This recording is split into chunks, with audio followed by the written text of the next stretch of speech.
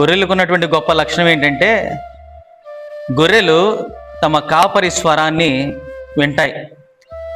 తమ కాపరి యొక్క స్వరమును ఎప్పుడు కూడా గొర్రెలు దృష్టి ఉంచి ఆ కాపరి యొక్క స్వరమును బట్టి వాటి యొక్క మార్గాన్ని, వాటి యొక్క గమ్యమును కూడా తెలుసుకుంటూ ఉంటాయి.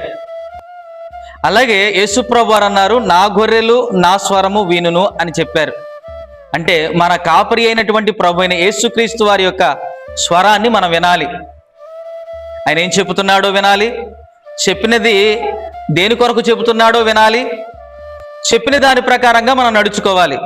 నిజమైనటువంటి దేవుని పిల్లలముగా మనం ఉండదలిస్తే, నిజమైన దేవుని పిల్లలంగా మనం బ్రతకాలి అనుకుంటే మన గొర్రెల గొప్ప కాపరి అయినటువంటి యేసు ప్రభు వారి యొక్క స్వరము మనం వినాలి. మనం వినగలిగితే మన జీవితాలు బాగుంటాయి. ఆయన స్వరాన్ని మనం వినగలిగితే తప్పకుండా మనం ధన్యులం కాగలము. ఆయన స్వరమును బట్టి మన జీవితాలను మనము మార్చుకోగలిగితే నిశ్చయముగా దేవుడు మనల్ని, మన కుటుంబాల్ని ఆశీర్వదిస్తాడు. ఆమేన్.